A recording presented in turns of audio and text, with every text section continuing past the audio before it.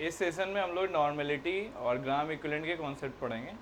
Normality और gram equivalent के concept बच्चों को थोड़ी देर में समझ में आते हैं और बहुत प्रॉब्लम होती है, तो मैं तुम्हें कुछ ट्रिक्स बता दूंगा और कुछ टूल बता रहा हूँ, बस उन्हें ही फॉलो करना है। उन्हें फॉलो करोगे आ जाएगा तुम्हें, ठीक है।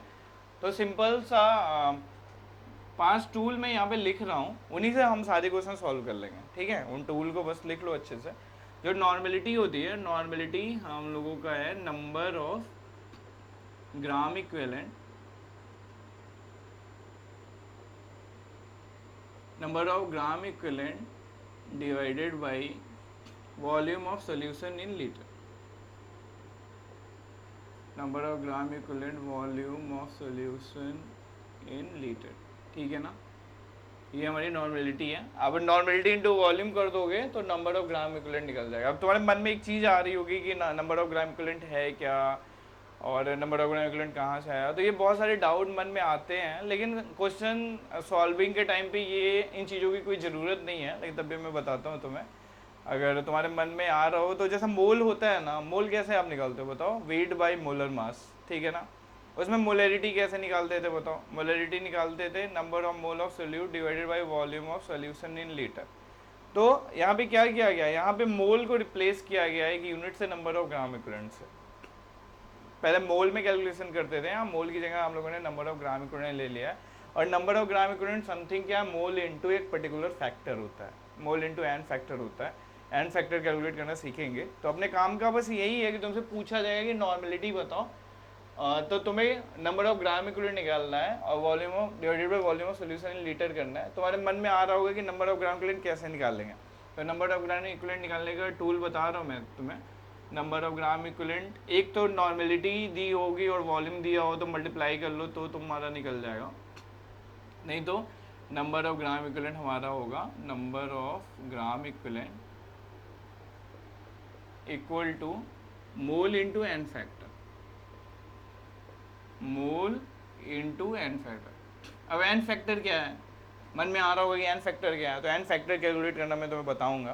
तो मैं एन फैक्टर निकालना आ जाएगा, मोल दिया रहेगा, उसमें मल्टीप्लाई कर दोगे नंबर ऑफ ग्राम इक्विवेलेंट आ जाएगा। काम की चीज़ इतनी ही है कि नंबर ऑफ ग्राम इक्विवेलेंट पूछा जा रहा है, तो तुम्हें एन फैक्टर कैलकुलेट करना आता है, तो एन फैक्टर निकाल लो, मोल दिया रहेगा उसमें मल्टीप्लाई कर दो, नंबर ऑफ ग्राम इक्विवेलेंट आ जाएगा। सिंपल सा है, ठीक है।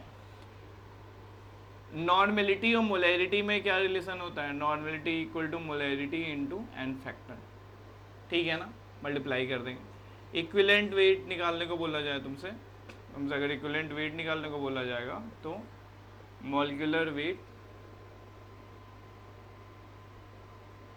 डिवाइडेड बाय एन फैक्टर, ठीक है ना।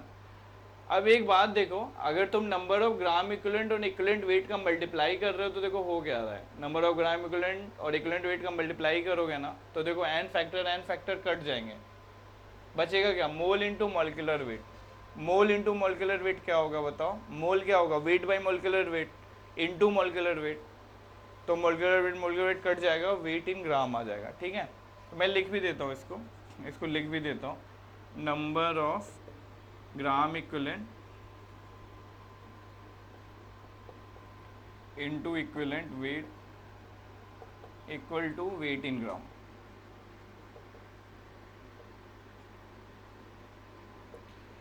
तो बस ये 5 टूल हैं जो अपने को ध्यान में रखने हैं।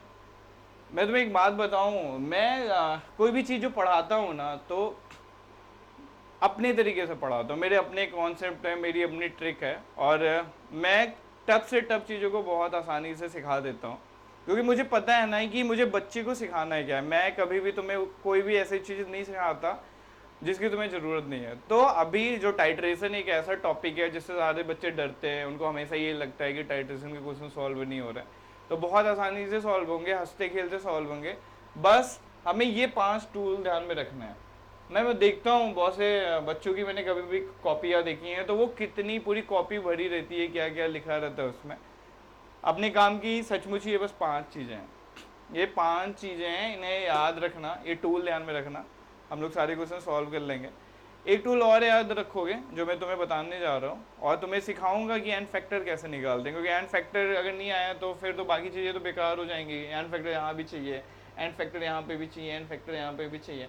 अपने को एन फैक्टर आ गया तो बाकी हम लोग आसानी से सॉल्व करेंगे, ठीक है। तो मैं एक चीज़ और बताता हूँ तुम्हें और फिर एन फैक्टर निकालना सिखाता हूँ, ये मिटा रहा हूँ मैं, ठीक है। कोई भी जो रिएक्शन होगी, जैसे कि मान लो कोई भी रिएक्शन है A+B C+D, तो अभी मैं तुम्हें सिंपल सी चीज़ बता रहा हूँ, उसमें जो मॉडिफिकेशन होंगे, जो एक्सेप्शन होंगे, वो आगे सीखते चलेंगे हम लोग टाइम के साथ। अभी मैं क्या बता रहा हूँ कि अगर A+B = C+D है, तो हम लोग को कॉन्सेप्ट क्या फॉलो करना है कि जो दो चीज़ें आपस में रिएक्ट कर रही हैं, जैसे A+B है, तो number of gram equivalent of A = number of gram equivalent of B, ये कॉन्सेप्ट है। कॉन्सेप्ट क्या है, अगर A+B = C+D हो रहा है, तो number of gram equivalent of A = number of gram equivalent of B = number of gram equivalent of C = number of gram equivalent of D। जो आपस में रिएक्ट कर रही हैं और जो बन रही हैं, उनके ग्राम इक्विवेलेंट इक्वल हुआ करेंगे, ठीक है ना। Number of gram equivalent of A = number of gram equivalent of B = number of gram equivalent of C = number of gram equivalent of D, ठीक है। कहने का मतलब, जैसे मान लो स्टार्टिंग में तुम्हारे पास 15 ग्राम इक्विवेलेंट A के है और B का 10 ग्राम इक्विवेलेंट है, ठीक है ना। तो 10 का जो B का 10 ग्राम इक्विवेलेंट है, वो A के 10 ग्राम इक्विवेलेंट से रिएक्ट करेगा और C और D का 10 ग्राम इक्विवेलेंट बनेगा। यहाँ पे ग्राम इक्विवेलेंट इक्वल होते हैं। जैसे मोल में हम लोग क्या करते थे, मोल में हम लोग लिमिटिंग रिएक्टेंट लगाते थे, फिर पता करते थे कितने बनेंगे। यहाँ पे ऐसा नहीं है, यहाँ पे जितने ग्राम इक्विवेलेंट रिएक्ट करेंगे उतने ही ग्राम इक्विवेलेंट बन जाएंगे। तो ये अच्छी चीज़ है, ठीक है। तो अगर पूरा रिएक्ट कर जा रहा है, जैसे देखो इस क्वेश्चन में कोई बोल रहा है कि A B से कम्प्लीटली रिएक्ट करता है और A का ग्राम इक्विवेलेंट 5 है, तो हम लोग को पता चल गया कि B का भी 5 होगा, C का भी 5 होगा, D का भी 5 होगा। बोला गया कि B एक्सेस में है, B एक्सेस में है और A का ग्राम इक्विवेलेंट 20 है, तो एक्सेस में तो है, लेकिन B का कितना ग्राम इक्विवेलेंट हमको यूज में आएगा, 20 ग्राम इक्विवेलेंट यूज में आएगा, ठीक है। तो फिर एक बार बता रहा हूँ, जो दो चीज़ें आपस में रिएक्ट करती हैं, आपस में रिएक्ट करके जो भी प्रोडक्ट बनेगा, उन सबके ग्राम इक्विवेलेंट आपस में इक्वल होंगे, ठीक है। एक तरीका है, एक ट्रिक है सोचने की। आगे धीरे धीरे और चीज़ें सीखेंगे। अभी मैंने तुम्हें बस इतना बताया कि अगर A+B C+D है, तो number of gram equivalent of A = number of gram equivalent of B = number of gram equivalent of C = number of gram equivalent of D। इससे आगे बढ़ेंगे, ठीक है। अच्छा, आप देखो एन फैक्टर निकालना मैं सिखाता हूँ। एन फैक्टर पहले एसिड का बताता हूँ। N factor of acid, acid का एन फैक्टर क्या होता है कि जितने हाइड्रोजन रिप्लेस हो जाएंगे एसिड से, वो उसका एन फैक्टर होता है। जितने H+ रिप्लेस हो जाएंगे वो एन फैक्टर होता है। तो सिंपल सा है, देखो ना, HCl है, तो यहाँ पे बताओ कितने H रिप्लेस हो जाएंगे। एक H रिप्लेस हो गया, 1 हो गया। H2SO4 है तो बोलो 2 हो गया। H3PO4 में 3 हो गया। H3PO3 में 2 ही रिप्लेस हो पाते हैं। H3PO3 में 2 ही रिप्लेस हो पाते हैं। उसका रीजन बता देता हूँ मैं। जैसे देखो ये इसका स्ट्रक्चर है ना, तो जो रिप्लेस होते हैं ना, ये OH वाले ये एसिडिक होते हैं, ये रिप्लेस होते हैं। तो देखो H3PO4 में ये 3 रिप्लेस हो सकते हैं। इनकी बात करोगे तो इनका स्ट्रक्चर ऐसा होता है, इनका स्ट्रक्चर ऐसा होता है। तो इसमें कितने रिप्लेस हो पाएंगे बताओ? इसमें 2 रिप्लेस हो पाएंगे, ये दोनों रिप्लेस हो पाएंगे, ठीक है ना। O जो होता है ज़्यादा इलेक्ट्रोनेगेटिव होता है, तो ये हाइड्रोजन निकल जाता है, ये हाइड्रोजन नहीं निकल पाता है, ठीक है। तो इसी तरीके से H3PO2 रहेगा, तो उसका एन फैक्टर कितना होता है? 1 होता है, क्योंकि वहाँ पे एक ही निकल पाता है। यहाँ पे भी H होता है वहाँ पे, तो बस ये वाला निकल पाता है, ठीक है। तो एसिड का केस रहेगा, तो जो H+ रिप्लेस हो पाएंगे वो उसका एन फैक्टर होगा। जैसे तुमसे मैंने पूछा अभी कि 4 मोल HCl है, उसका नंबर ऑफ ग्राम इक्विवेलेंट बताओ। तो अब तो तुम्हें पता चल गया ना कि उसका एन फैक्टर कितना है, 1 है, तो 4 × 1, ठीक है ना। 4 मोल H2SO4 है, तो उसका ग्राम इक्विवेलेंट बताओ, तो 4 × 2 8 ग्राम इक्विवेलेंट, ठीक है ना। H2SO4 का क्या इक्विवेलेंट वेट पूछूं मैं तुमसे, तो बता दोगे कैसे? Molecular weight by n factor. H2SO4 का बताओ कितना एन फैक्टर? 2 है, तो 98/2 कितना हो गया? 48 हो गया। सिंपल सा है, सब कुछ सिंपल सा है, ठीक है। Base, n factor of base, जैसे यहाँ पे H+ रिप्लेस होगा, वैसे यहाँ पे क्या रिप्लेस होगा? यहाँ पे OH- रिप्लेस होगा। Number of replaceable OH- base का एन फैक्टर देते हैं, ठीक है ना। तो यहाँ पे आप देखो, जैसे देख लिया NaOH ले लिया तो NaOH का एन फैक्टर 1 हो गया, CaOH ट्वाइस ले लिया, CaOH ट्वाइस का एन फैक्टर 2 हो गया, AlOH थ्राइस ले लिया, इसका एन फैक्टर 3 हो गया। ठीक है ना, तो बेसिक सही है, ये बेसिक है, इनसे आगे बढ़ना है। तो जितने OH रिप्लेस होंगे उसका एन फैक्टर होगा। जैसे आप मैं पूछ लूँ कि NaOH का इक्विवेलेंट वेट बताओ, तो बताओ molecular weight by n factor, 40 आपका मॉलिक्यूलर वेट है और 1 एन फैक्टर है तो 40 हो जाएगा। ठीक है, ठीक है ना। अब देखो एन फैक्टर ऑफ सॉल्ट देखते हैं, वो भी सिंपल सा ही होगा, सब कुछ सिंपल होता है लाइफ में, बस थोड़ा सा हम लोगों को पेशेंस से एफर्ट करना होता है। ठीक है, तो एन फैक्टर ऑफ सॉल्ट है, एन फैक्टर ऑफ सॉल्ट जैसे देखो AlCl3 है, तो इसमें हम लोग आदत डालेंगे ना कोई एक पार्ट कंसीडर करने की, या तो पॉजिटिव पार्ट कंसीडर करो या नेगेटिव पार्ट। तो न्यूट्रल सॉल्ट की बात कर रहे हैं हम लोग। ठीक है, तो जो चार्ज होगा वो उसका एन फैक्टर होगा। जैसे ये टूटा कैसे, Al3 प्लस 3Cl माइनस, तो देखो 3 का चार्ज इस पर भी, 3 पॉजिटिव भी है 3 निगेटिव भी है, तो कोई भी लो, मैग्नीट्यूड लेना है अपने को, तो ये एन फैक्टर कितना आ जाएगा, इसका एन फैक्टर देखो 3 हो जाएगा। MgCl2 लिया तो बताओ Mg2 प्लस, कोई भी पार्ट कंसीडर कर लो, पॉजिटिव पार्ट कंसीडर कर लो या निगेटिव, तो एन फैक्टर 2 आ गया। पॉजिटिव लोगे तो भी 2 है, निगेटिव लोगे तो भी 2 है। ठीक है ना। अब जैसे देखो BaSO4 ले लिया, कैसे टूटेगा, Ba2 प्लस SO4 2 माइनस, कोई भी कंसीडर कर लो, पॉजिटिव पार्ट भी 2 है, निगेटिव पार्ट भी 2 है, तो एन फैक्टर 2 आ गया। सिंपल सा है। ठीक है ना। कोई बड़ा सा सॉल्ट आ जाए, जैसे ऐसा आ जाए Al2SO4 थ्राइस, तो बताओ कैसे टूटेगा, 3 SO4 है ना, तो ऐसे टूट गया 3SO4 2 minus plus 2Al3 plus, ऐसे टूटा ना। तो अगर ऐसे टूट रहा है तो देखो 2 इंटू 3, Al पे 6 का चार्ज है और सल्फेट पे कितने का, 3 इंटू 2, सल्फेट पे भी 6 का है, तो कोई भी ले लो 6 ही आएगा, या पॉजिटिव पार्ट ले लो या निगेटिव पार्ट ले लो, कोई फर्क नहीं पड़ेगा, तो ये 6 आ गया। ठीक है ना। अब जैसे ले लो Al2SO4 थ्राइस, FeSO4 24H2, मान लो ऐसा कुछ मिला। एन फैक्टर लेते समय वाटर का, सॉल्ट में वाटर को कंसीडर नहीं करेंगे। ठीक है, वाटर को कंसीडर नहीं करना है, तो सारे पॉजिटिव पार्ट कलेक्ट करते हैं। यहाँ पे कितने हैं देखो, दो Al है, एक Al पे +3 होता है, तो 2 Al पे कितना हो जाएगा, +6 यहाँ से आया, +2 यहाँ से आया, तो +8 आया पॉजिटिव पार्ट वाला। निगेटिव देखोगे तो एक पे -2 है, एक पे -2 है, तो 3 पे कितना हो जाएगा, -6 यहाँ से आएगा और -2 यहाँ से आएगा। ठीक है ना, तो यहाँ पे भी एन फैक्टर कितना हो जाएगा, 8 हो जाएगा। कैसे टूटेगा ये देखो, 2Al3 plus Fe plus 2 plus बताओ कितने SO4 माइनस है, 4, तो 4SO4 2 माइनस, तो कितना हो जाएगा, 6 + 2 8 हो जाएगा। तो कोई या तो पॉजिटिव पार्ट लेना है या निगेटिव पार्ट, तो कितना 6 + 2 8 या इसका 8, तो ये सॉल्ट का एन फैक्टर। ठीक है ना। अब जैसे इसका कोई बोलता कि इक्विवेलेंट वेट निकालो, तो क्या करते, मॉलिक्यूलर वेट लिख लेते इसका डिवाइडेड बाई एन फैक्टर, तो इसका एन फैक्टर 8 था। ठीक है, अब हम लोग देखेंगे एन फैक्टर ऑफ रिडॉक्स, ये बता रहा हूँ मैं। ठीक है, एन फैक्टर ऑफ रिडॉक्स को थोड़ा ध्यान से देखना। ठीक है, बताता हूँ मैं। फैक्टर ऑफ रिडॉक्स सीखेंगे हम लोग। एन फैक्टर ऑफ रिडॉक्स में करेंगे क्या कि कोई रिएक्शन दी रहेगी और जो ऑक्सीडेशन स्टेट में चेंज आएगा वो एन फैक्टर हुआ करेगा। जैसे MnO4 माइनस Mn+2 में जाएगा, एसिडिक मीडियम में याद रखना है कि MnO4 माइनस Mn+2 में जाया करेगा। तो देखो अब यहाँ ऑक्सीजन है, बैलेंस करने की जरूरत नहीं है इसे, कभी भी रिडॉक्स में हम लोग रिएक्शन को बैलेंस करने की कोशिश नहीं करेंगे, हमें बस एन फैक्टर चाहिए।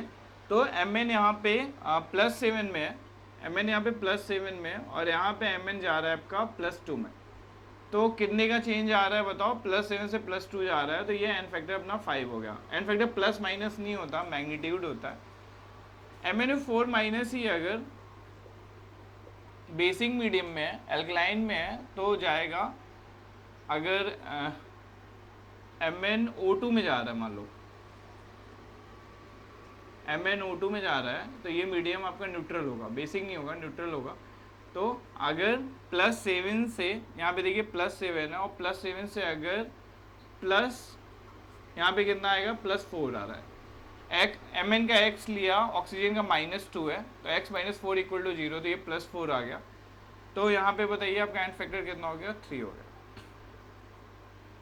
ठीक है, अगर यही MnO4- है, ये +7 में है, ठीक है ना, और यहाँ से ये जा रहा है KMnO4 से K2MnO4 में जा रहा है। अगर ये KMnO4 है और यहाँ पे ये K2MnO4 में जा रहा है, दैट मीन्स MnO4 2- में जा रहा है। ठीक है, तो ये कब होगा, ये आपका एल्कलाइन मीडियम में होगा। एल्कलाइन मीडियम में +7 से कहाँ पे जा रहा है, देखिए +6 जा रहा है, तो यहाँ पे एंड फैक्टर क्या हो जाएगा, 1 हो जाएगा।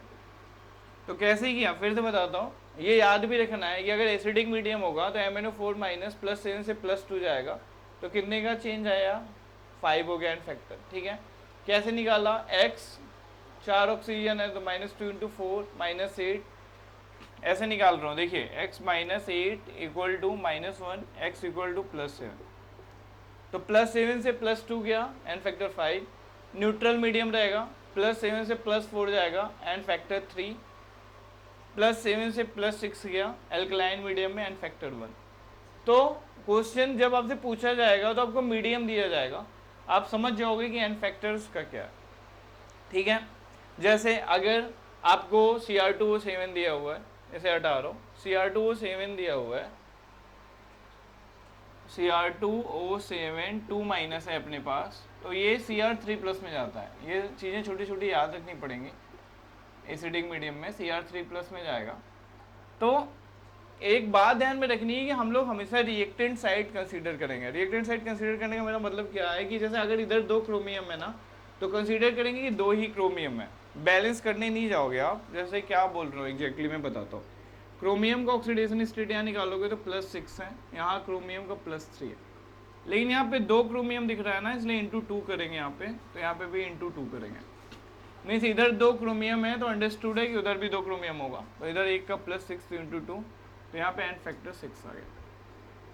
ठीक है ना, जैसे आप ये देखिए, अगर C2O4 2- है, तो C2O4 2- है, याद रखना है आपको कि CO2 में कन्वर्ट होता है। ये छोटे छोटे पॉइंट याद रखोगे, बहुत सिंपल हो जाएगा सब कुछ, बहुत ही आसान हो जाएगा टाइट्रेशन। बस मैं जो छोटी छोटी बातें बताते जा रहा हूँ उसे सिस्टमेटिकली देख लो, अच्छे से लिख लो। ठीक है, तो जैसे कार्बन है ना, कार्बन का यहाँ एक कार्बन का ऑक्सीडेशन स्टेट +3 है, निकाल लेंगे, ये निकालना आपको आता होगा मेरे ख्याल से। तो जैसे 2 कार्बन है 2x और 4 ऑक्सीजन है, तो एक ऑक्सीजन का -2, तो 4 ऑक्सीजन है तो -2 × 4 -8।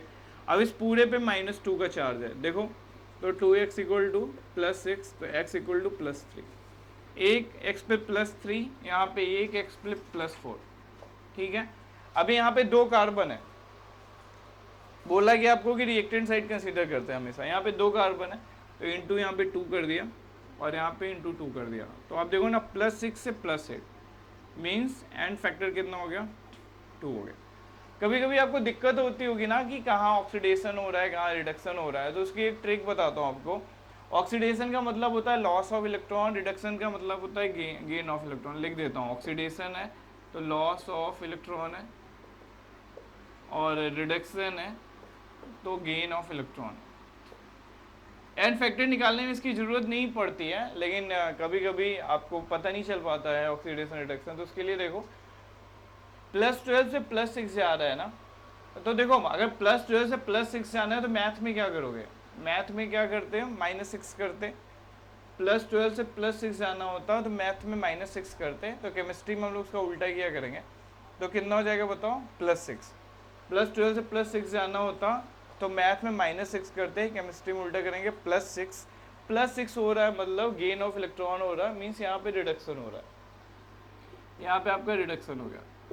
यहाँ पे देखो +6 से +8 जाना होता तो मैथ में क्या करते हैं, मैथ में +2 करते।